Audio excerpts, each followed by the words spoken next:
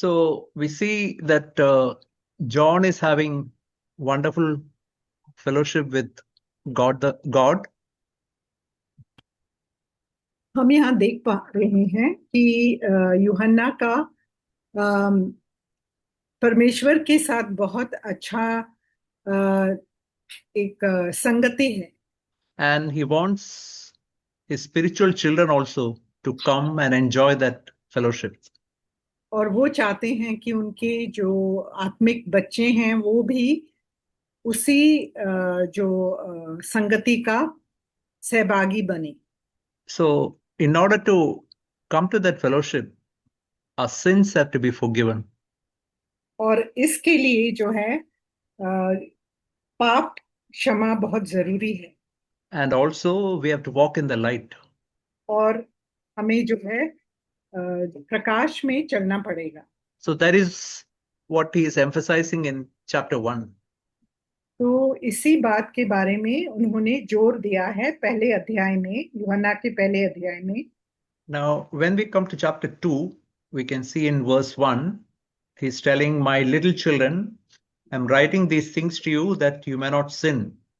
And if anyone sins, we have an advocate with the Father, Jesus Christ the righteous.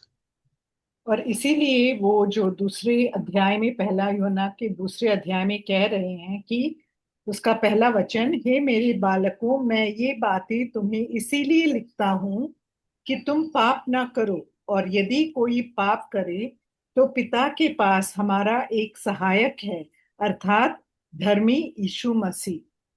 So when we look into the heart of Jesus, heart of God, we अगर can हम see, we can see that God hates sin terribly.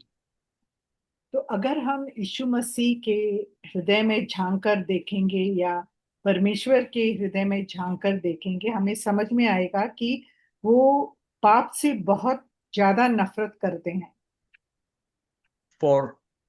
For the uh, forgiveness of sin and to save us from sin, God has to send his own son into this world.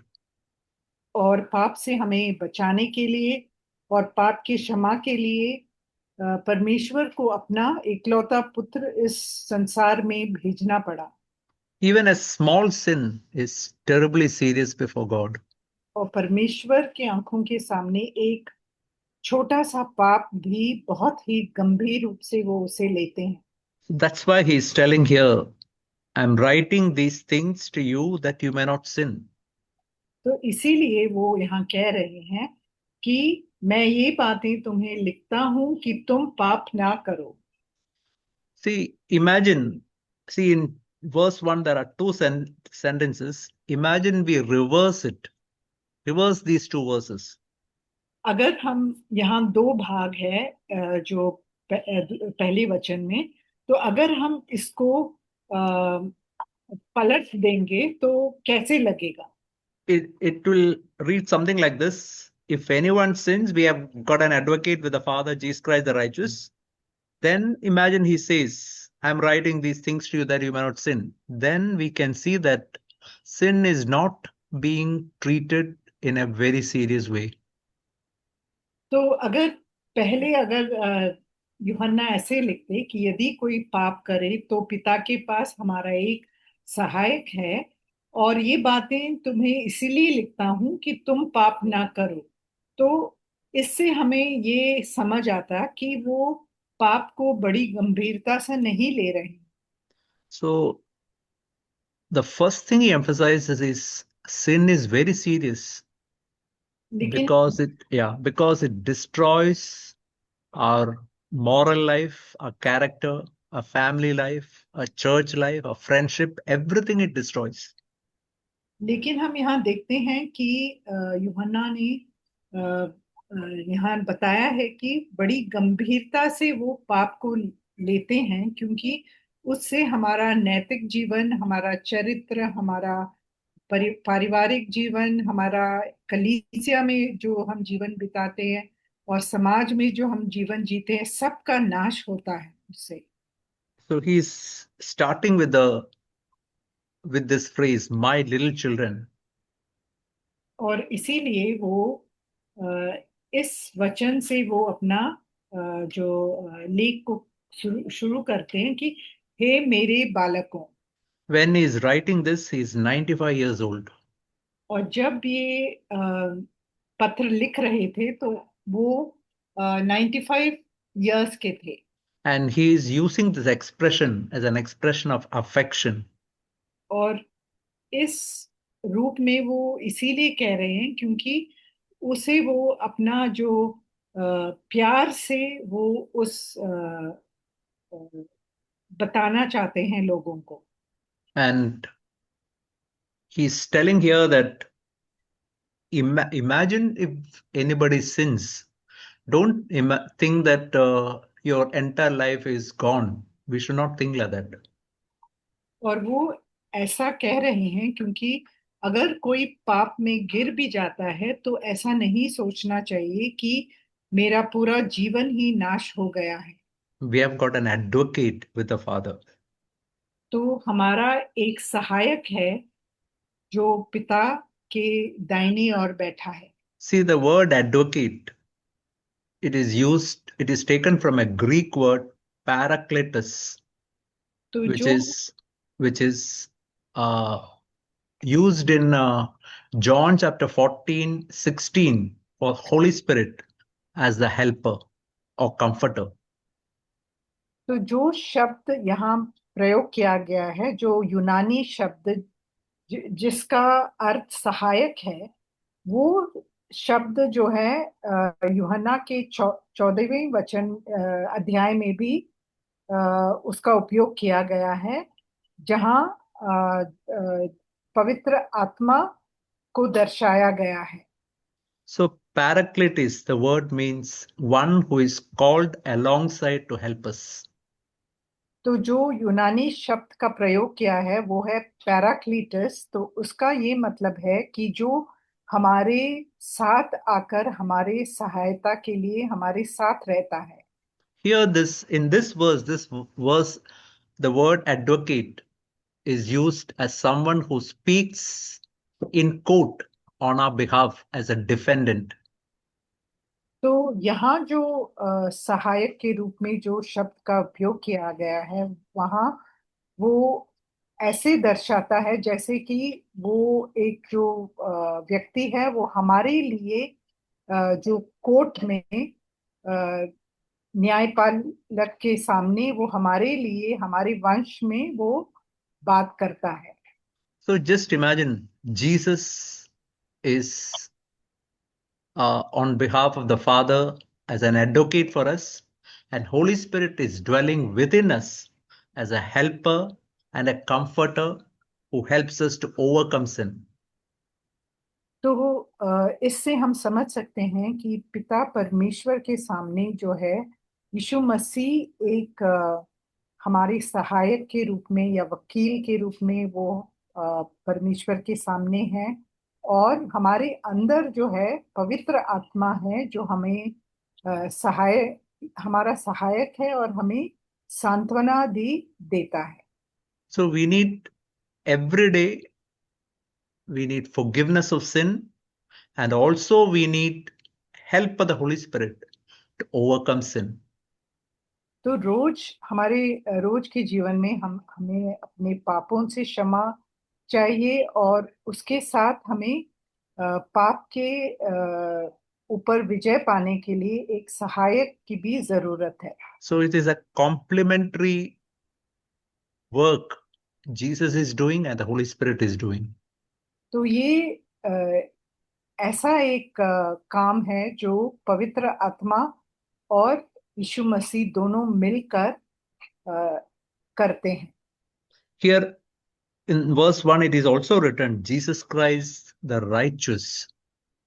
और इस पहले वचन में ये भी लिखा गया है कि अर्थात धर्मी यीशु मसीह। That means Jesus Christ will forgive our sin only if, as he mentions in chapter 1, verse 7, if we walk in the light as he is in the light.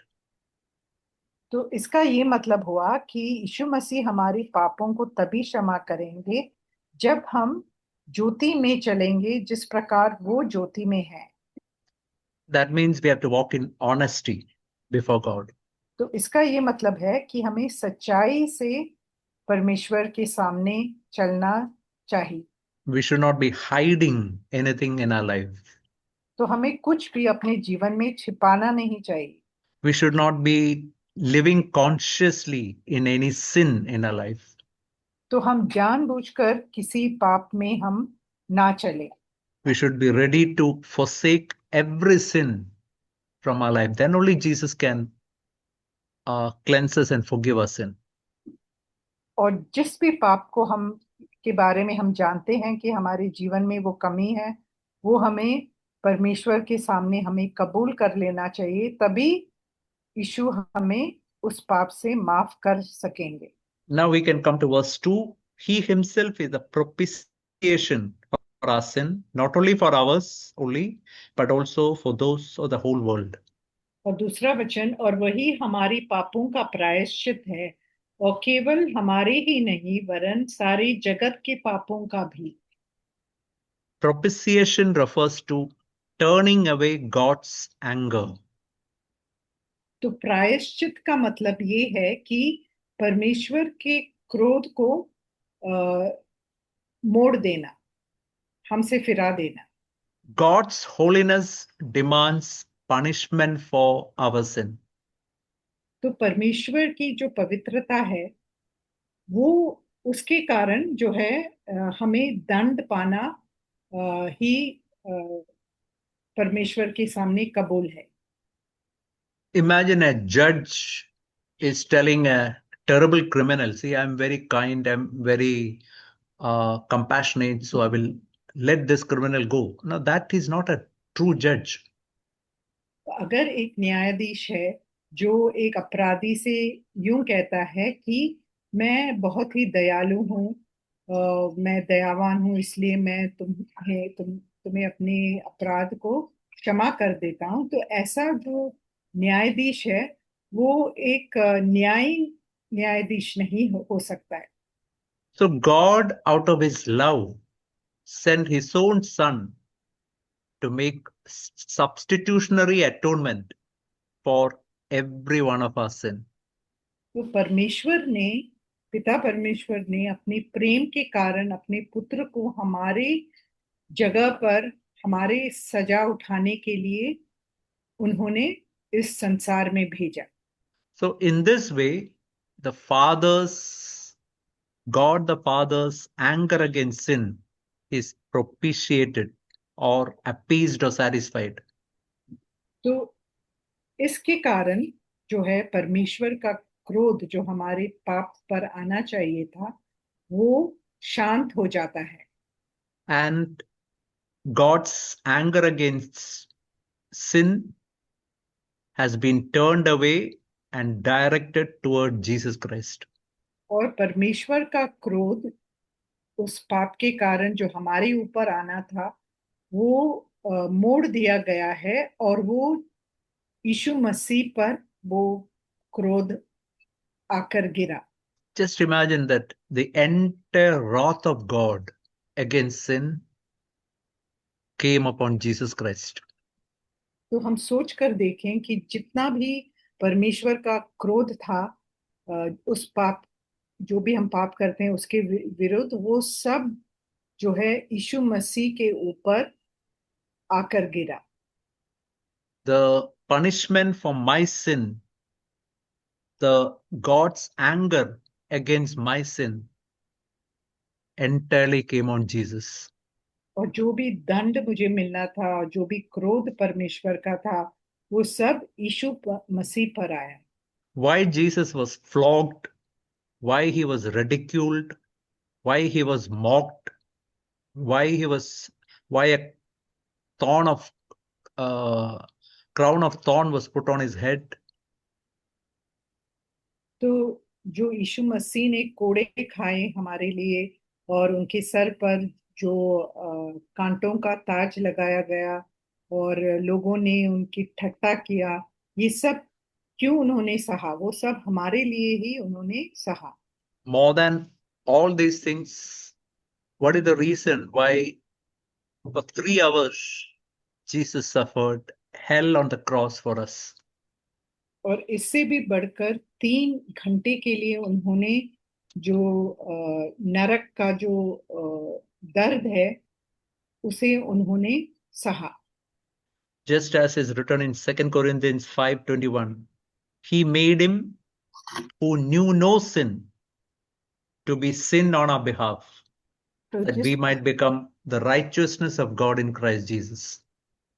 जिस प्रकार की दूसरे कुरिन्ती का 5वां अध्याय और उसके 21वें वचन में लिखा गया है कि जो पाप से अज्ञात था उसी को उसने हमारे लिए पाप ठहराया कि हम उसमें होकर परमेश्वर की धार्मिकता बन जाएं। So we can see the tremendous love that God has got towards each one of us. तो ये बात जो है वो परमेश्वर के हमारे और कितना प्यार है वो दर्शाता है। Now, what is our response to this tremendous love God has shown towards us? और हमारी प्रतिक्रिया इसके प्रति क्या है जो प्रेम परमेश्वर ने हमें दिखाया है That is what we see in verse 3. और उसी को हम तीसरे वचन में देख सकते हैं। By this we know that we have come to know him if we keep his commandment. यदि हम उसकी आज्ञाओं को मानेंगे तो इससे हम जान लेंगे कि हम उसे जान गए हैं। So our response should be this: Lord, because you have done such wonderful, because you have shown such wonderful love towards me, I want to be intimate with you. I want to know you. I want to come to an intimacy with you. तो हमारी प्रतिक्रिया ऐसी होनी चाहिए कि परमेश्वर, क्योंकि आपने हमसे इतना प्रेम किया है तो मैं आपको बहुत एक घनिष्ठ संबंध में आपके साथ मैं जीना चाहती हूँ और आपको मैं और अधिक जानना चाहती हूँ। And the mark that we are coming to that intimacy with God is that we will be keeping his commandment. और इस घनिष्ठ संबंध का जो प्रतीक है वो यही होगा कि हम परमेश्वर की आज्ञाओं का पालन करेंगे। So we have to know that this is one of the most important thing in our Christian life. Christian life is not just a religion. It is a real deep relationship with God the Father, God the Son, and God the Holy Spirit. तो यही जो है हमारे मसीही जीवन का सबसे महत्वपूर्ण बात है कि हम परमेश्वर के साथ और पुत्र के साथ और पवित्र आत्मा के साथ हमारा एक बहुत ही गहरा और घनिष्ठ संबंध बनाए रखें हम। I want to turn you to a verse in Amos chapter 3, verse 3. मैं आपसे मैं चाहता हूं कि आप आमोस के पुस्तक Chapter 3, verse 3. और तीसरा अध्याय और उसका तीसरा वचन पढ़ें। It's written, do two men walk together unless they have made an appointment?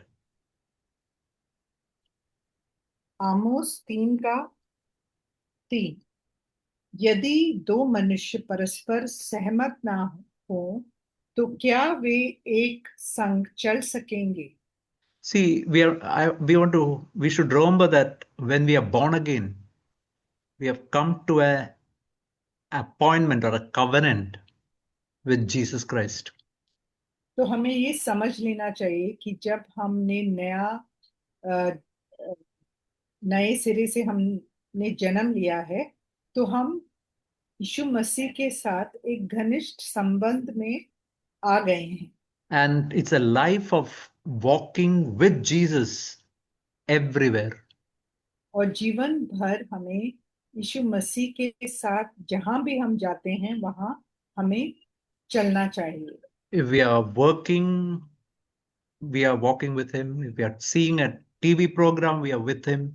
If we are seeing a mobile, we are going through the mobile. Jesus is with us. It's a life of constant fellowship with Jesus Christ. तो अगर हम जो भी हम करते हैं, चाहे हम दफ्तर में हो, चाहे हम टीवी पर कुछ देख रहे हैं या हम अपने मोबाइल पर समय बिता रहे हैं, तब भी यीशु मसीह हमारे साथ हैं। तो ये एक जीवन भर का एक साथ चलने का एक जीवन है। We can also see in the next verse, in chapter 3, verse 4, Amos chapter 3, verse 4 is written, does a lion roar in the forest when he has no prey? Does a young lion growl from his den unless he has captured something? And verse 5, does a bird fall into a trap on the ground when there is no bait on it? Does a trap spring up from the earth when it captures nothing at all? और आमोस 3 का 4था और 5वां वचन भी हम देखेंगे। क्या सिंह बिना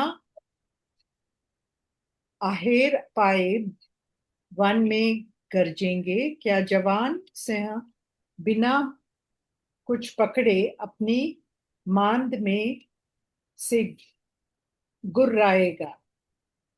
क्या चिड़िया बिना फंदा लगाए फंसेगी? क्या बिना कुछ फंसे फंदा भूमि पर उचकेगा? Now think of a bird. It should fly freely in the air. अगर हम एक चिड़िया के बारे में सोचें तो उसे तो आकाश में स्वतंत्रता से उड़ना चाहिए।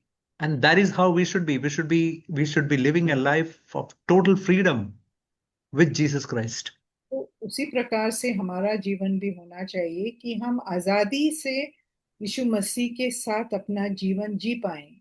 But when that bird sees a bait, attracted to that, and get caught in that, we can see that that bird is imprisoned. It cannot fly freely. लेकिन जब एक चिड़िया किसी फंदे के ओर आकर्षित होकर उसमें जाकर फंस जाएगी तो फिर वो आजादी से उड़ नहीं पाएगी। See, that is the story of so many believers. तो यही कहानी है बहुत सारे विश्वासियों का। But the good news is, even from that trap, Jesus can liberate us, and we can again come to a life of freedom. तो सुसमाचार तो ये है कि उसमें से भी यीशु मसीह हमें छुड़ा सकते हैं और हम उस आजादी का जीवन महसूस कर सकते हैं। If we truly cry out to Him in our need and in our desperate situation, He will run to us for our aid, and He will help us to come out of that trap. तो अगर हम अपने सच्चाई से पूरे दिल से पुकारेंगे तो यीशु मसीह जो है हमारी सहायता के लिए वो भागकर हम हमारी सहायता के लिए वो आ जाएंगे और हमें। I also want to show you a verse in Hosea chapter 3, verse 6, verse 3. और एक और वचन मैं दिखाना चाहता हूँ, वो है होशे का पुस्तक Chapter 6, verse 3. 6वां अध्याय और उसका 3रा वचन। So let us press on to know the Lord. His going forth is as certain as the dawn, and He will come to us like rain, like a spring of rain watering the earth. आओ हम ज्ञान ढूंढे, वरन यहोवा का ज्ञान प्राप्त करने के लिए यत्न भी करे, क्योंकि यहोवा का प्रकट होना भोर का सा निश्चित है। वह वर्षा के समान हमारे ऊपर आएगा, वरन बरसात के अंत की वर्षा के समान जिससे भूमि सिंचती है।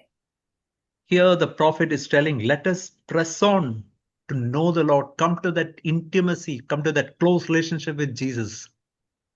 और यहाँ जो भविष्यद्वक्ता है वो कह रहे हैं कि हमें जो है यहोवा का ज्ञान प्राप्त करने के लिए पूरे यत्न से हम उसमें लगे रहना चाहिए। If we really seek for such a life, it is as certain as, say, for example, monsoon comes in the month of June. He will surely come to meet us. और अगर हम ऐसा करेंगे तो यहोवा जो है, जिस प्रकार वर्षा जो है जून के महीने में आती है, तो वैसे ही यहोवा जो है हमें प्रकट होगा।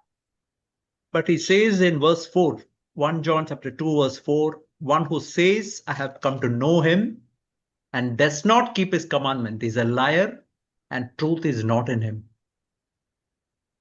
और लेकिन चौथा वचन में वो कहते हैं कि जो कहता है कि मैं परमेश्वर को जानता हूं और उसके आज्ञाओं का पालन नहीं करता है, वो सच्चा नहीं है। So here he is using the term liar for a person who says that he is in close relationship with the God with Jesus Christ, but he is not walking in light, is not keeping his commandment. तो उस व्यक्ति को जो है वो एक झूठा जो है घोषित कर रहे हैं, जो सिर्फ कहते हैं कि यीशु मसीह के साथ एक गहरा संबंध है, लेकिन वो उनकी आज्ञाओं को नहीं रखता है। John is telling that truth is not in him. A person who says that he has come to know him and does not keep his commandment, truth is not in him. तो प्रेरित यूहन्ना कह रहे हैं कि जो कहता है कि वो मसीह को जानता है और उसके आज्ञाओं को मानता नहीं है कि या रखता नहीं है, तो ऐसा व्यक्ति जो है एक झूठा व्यक्ति है। This is very similar to the verse in 1 John chapter 1 verse 6 where he says, if we say we have fellowship with him and walk in darkness, we lie and do not practice the truth. जिस प्रकार से पहला यूहन्ना पहले अध्याय का 6वां वचन में भी कहा गया है, यदि हम कहें कि उसके साथ हमारी सहभागिता है और फिर अंधकार में चलें, तो हम झूठे हैं और सत्य पर। Now we can see in verse 5, 1 John chapter 2 verse 5, whoever keeps his word, in him the love of God has been truly perfected. By this we know that we are in him.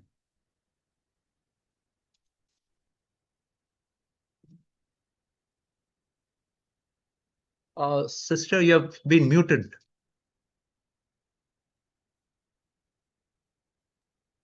Sorry. तो 1 John chapter 2 verse 5. हाँ, पहला यूहन्ना 2 अध्याय और उसका 5वां वचन, पर जो कोई उसके वचन पर चले उसमें सचमुच परमेश्वर का प्रेम सिद्ध हुआ है, इसी से हम जानते हैं कि हम उसमें हैं। So this is an amazing word. It's written that if we keep God's word, the love of God has been made perfect in us. तो ये बहुत ही अद्भुत वचन है, क्योंकि यहाँ कहा गया है कि हम अगर वचन पर चलेंगे तो सचमुच परमेश्वर का प्रेम में हम सिद्ध हो गए हैं। See, when we really walk in obedience to God's word, it's just like opening the windows and doors of a room by which light can freely come in. तो इसको हम इस प्रकार से इस समानता से देख सकते हैं कि वो इसके समान है, जैसे कि हम जब हम परमेश्वर के वचनों को के में चलेंगे, तो ऐसा है जैसे कि हमने एक घर में या एक कमरे का जो दरवाजा है और जो खिड़कियां हैं उसको खोल दें ताकि रोशनी और हवा अंदर आए। See, just imagine, even at 12 noon, if all the doors are closed or the windows are closed, there'll be darkness inside.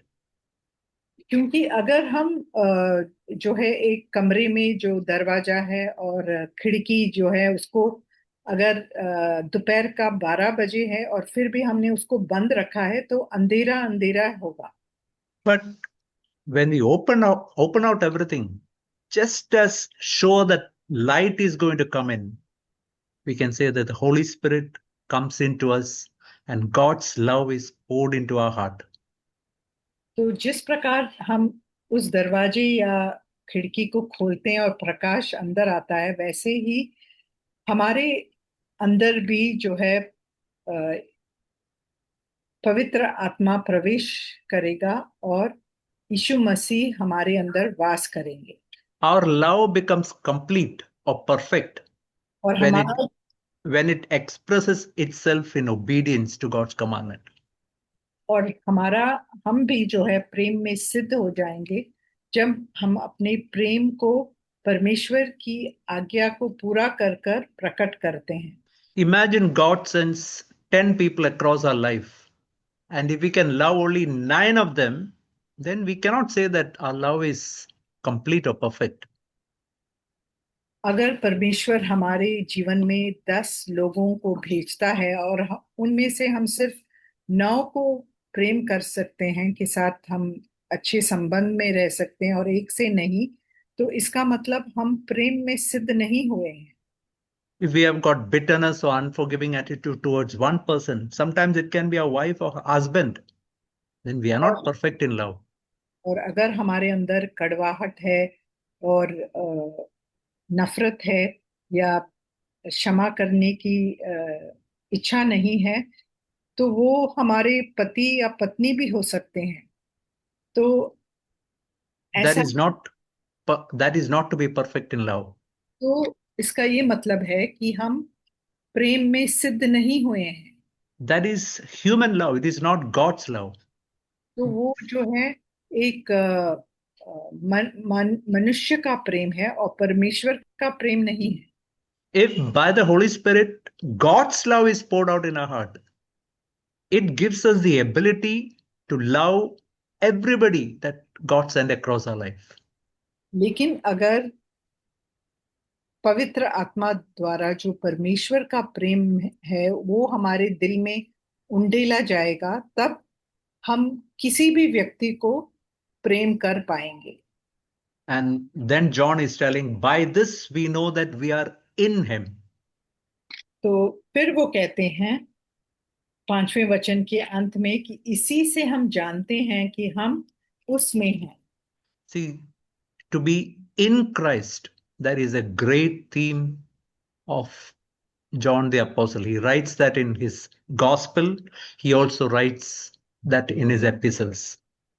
तो मसीह में बने रहना, ये इस बात को वो बार बार दोहराते हैं। उन्होंने अपने जो यूहन्ना के सुसमाचार है उसमें भी इसके बारे में लिखा है, और अभी ये जो पत्र यूहन्ना का पत्र है उसमें भी उन्होंने इसके बारे में कहा है।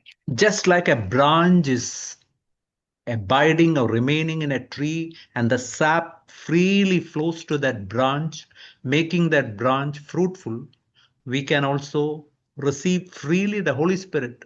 Sap is the picture of Holy Spirit, freely into our life, make and which can make us fruitful in our Christian life. तो जिस प्रकार एक डाली जो है एक पेड़ में बना रहता है और उसके अंदर जो है वो जीवन का जल बहता है जो पवित्र आत्मा को दर्शाता है और जिसके कारण वो बहुतायत में वो फल ला सकता है, तो वैसे We, ही हमारे जीवन में होगा। we can see in verse 6, the one who says he abides in him ought himself to walk in the same manner as he walked. तो इसलिए 6वें वचन में वो कह रहे हैं, जो कोई यह कहता है कि मैं उसमें बना रहता हूं, उसे चाहिए कि आप भी वैसा ही चले जैसा वह चलता था। So Jesus was abiding in the Father, and when we abide in Jesus, we will be walking just like Jesus walked. तो यीशु मसीह जो थे वो परमेश्वर में बने रहते थे, तो अगर हम भी उसी तरह यीशु मसीह में बने रहेंगे तो फिर हम भी वैसे ही चल पाएंगे जिस प्रकार यीशु मसीह इस दुनिया में चलते थे। How did Jesus walk on this earth? तो यीशु मसीह इस दुनिया में कैसे वो चले? People called him Beelzebub, prince of demons. तो लोगों ने उन्हें जो है बिलसबूब, मतलब जो दुष्ट आत्माओं का जो राजकुमार है, इस प्रकार से उन्हें पुकारा। People called him, we don't know who his father is. He's an illegitimate child. और लोगों ने ये भी कहा कि हम नहीं जानते इसका पिता कौन है। ये एक बिना पिता का जो बच्चा पैदा होता है, वैसा ये पैदा हुआ है। They called him a mad person. और उसको पागल भी कहा। What was Jesus' attitude?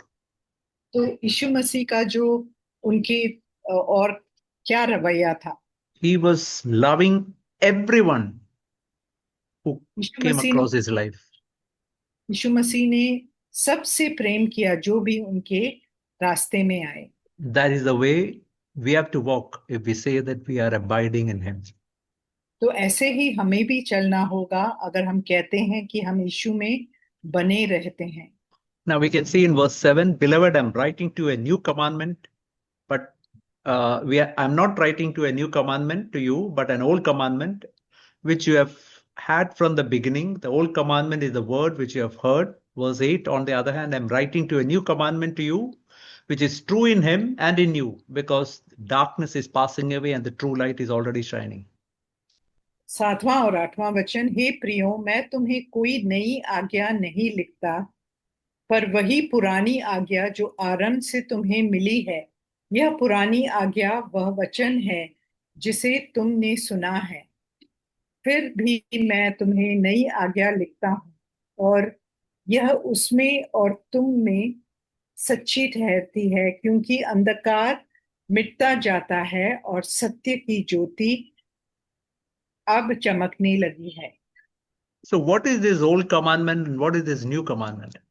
तो ये जो नई आज्ञा है और जो पुराना आज्ञा है, ये क्या है? We can see even in Leviticus 19:18, it's written that we have to love our neighbor as ourselves. और लेविया व्यवस्था के विच वर्स ब्रदर? 19:18. 19 के 18 वचन में ऐसे लिखा है कि हमें अपने जो पड़ोसी है उससे हमारे जैसे ही हमें उससे प्रेम रखना चाहिए। But Jesus said in John chapter 13, verse 34, a new commandment I give to you. You love one another even as I have loved you. You love one another. लेकिन यूहन्ना के 13वें अध्याय और उसके 34वें वचन में यीशु मसीह ने कहा कि मैं तुम्हें एक नया आज्ञा देता हूं कि तुम एक दूसरे से ऐसे प्रेम रखो जैसे कि मैंने तुमसे प्रेम किया है। So it should be our daily experience that we have to love one another in spite of the fact that we may be meeting many bad experiences from other people. तो हमारे भी ऐसे ही अनुभव होना जरूरी है, चाहे हम अलग अलग प्रकार के लोगों से मिलें जिससे हमें प्रेम करना मुश्किल है। This should be our experience, as is written in verse 8, that darkness is passing away and the true light is already shining. जिस प्रकार से 8वें वचन में लिखा गया है, ऐसा ही हमारा भी अनुभव होना चाहिए, क्योंकि अंधकार मिटता जाता है और सत्य की ज्योति अब चमकने लगी है। See, what is darkness? तो अंधकार क्या है? We can say blaming others. Can we really say blaming others is passing away from me? And true light, which is putting the blame on me, is already shining. तो अंधकार जो है वो जिस प्रकार से हम लोगों पर हम दोष लगाते हैं, उसे अंधकार कह सकते हैं। और सत्य की ज्योति में चमकने का मतलब ये है कि हम दूसरों पर दोष नहीं लगाते, लेकिन हम वो जो दोष है वो हम अपने ऊपर ही ले लेते हैं। We know after Adam and Eve sinned, when God asked them, have you sinned? They were blaming others. Adam was blaming his wife was blaming the serpent. जिस प्रकार से हम जानते हैं आदम और हवा जब पाप में गिर गए और परमेश्वर ने आकर उनसे पूछा तो वो एक दूसरे पर इल्जाम लगा रहे थे। वो कह रहे थे कि पति ने कहा कि आदम ने कहा कि हवा ने किया, और हवा ने कहा कि वो सांप के कारण वो पाप हो गया। And that is the reason why God drove them out of the Garden of Eden.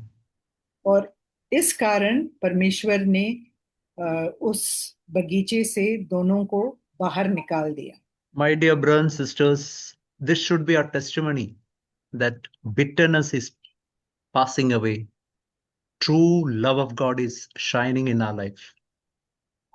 और भाइयों और बहनों, हमारी यह साक्षी होनी चाहिए कि जो कड़वाहट है वो मिटता जा रहा है और हम ज्योति में चल रहे हैं। Irritation, impatience, jealousy, criticizing others, judging others, all these are passing away from our life. And the true light of God, that is the love of God, is shining in our life. और जो भी कुड़कुड़ाहट है, ईर्ष्या है, जलन है, कड़वाहट है, ये सब मिटता जा रहा है। ऐसा हमारा जीवन होना चाहिए। Then what happens is even the old commandment will become a new commandment to each one of us. तब जो पुराने नियम के जो आज्ञा है वो भी हमारे लिए नए नियम की आज्ञा के समान बन जाएंगी। So we can stop there. We can continue with the remaining portions next week. और आगे का जो वचन है उसका अध्ययन हम अगले हफ्ते से करेंगे। Thank you, sister, for wonderful translation. Thank you, brother.